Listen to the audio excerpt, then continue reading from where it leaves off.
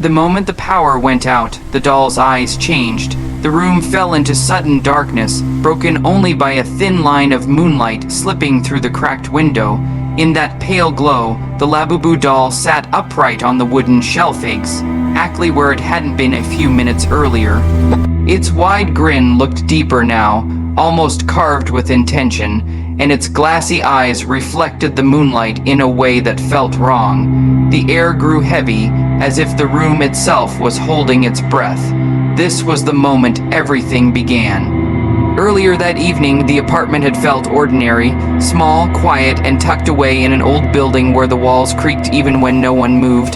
The doll had arrived that afternoon, sealed in a cardboard box with no return address. No note, no explanation, just the Labubu doll, wrapped carefully in thin paper, its expression frozen somewhere between playful and unsettling. At first glance, it seemed harmless, just another collectible toy. But there was something about it that made the room feel smaller the moment it was placed inside. The shadows around it felt darker, thicker, as if light avoided its surface. As night settled in, the silence of the apartment deepened. The usual outside sounds, cars, distant voices, dogs barking, slowly faded until there was nothing but the faint hum of the building.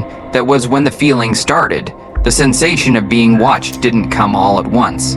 It crept in slowly, like a thought you couldn't push away.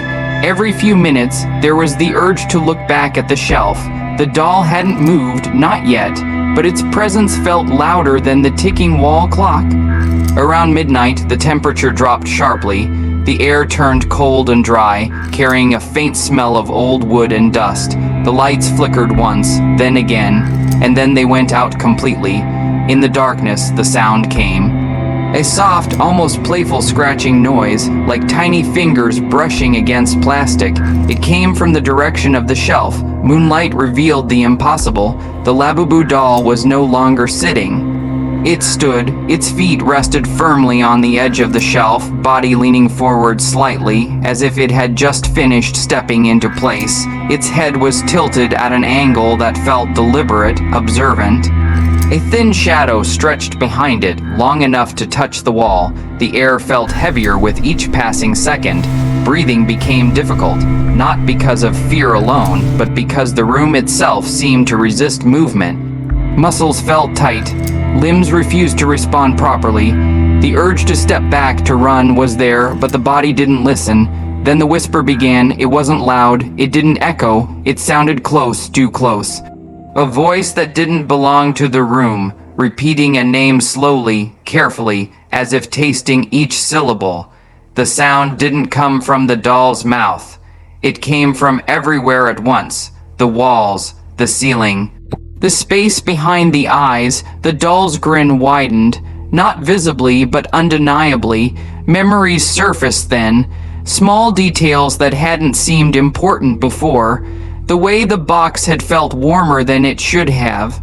The faint clicking noise that sometimes came from the shelf earlier that evening. The strange sense of calm mixed with unease, as if something had been patiently waiting. The whisper grew closer. The doll stepped down. Its feet touched the floor without a sound, no footsteps, no movement of air. It simply was closer now. The moonlight no longer reached its eyes, yet they still reflected something that wasn't there. The room seemed to stretch, the walls bent inward slightly, as though reality itself was being pulled toward the doll. Each second felt longer than the last. Time slowed, thick and sticky, trapping every thought. Then the mirror across the room caught the light. The reflection showed something different. In the mirror, the doll wasn't smiling. It was staring directly forward, eyes wide and alert, standing far closer than it was in reality. Behind it, in the reflection, stood a shadow shaped like a person, all unmoving, head tilted unnaturally to one side, but the room itself was empty. The whisper stopped, silence rushed in, louder than any sound before it. Suddenly, the body could move again, just barely. Fingers twitched. Breathing returned in shallow, uneven gasps. The doll remained still, frozen mid-step, as if paused. The power came back on with a sharp electrical snap. Light flooded the room. The doll was back on the shelf, sitting exactly as it had been earlier. No scratches on the floor, no sign it had moved at all. The air felt normal again, warm, still. Hours passed without incident. Dawn crept in quietly, painting the walls with soft light. Exhaustion blurred the edges of fear, turning the night into something that almost felt like a dream. Almost that afternoon, while cleaning the room, the mirror was wiped absent-mindedly.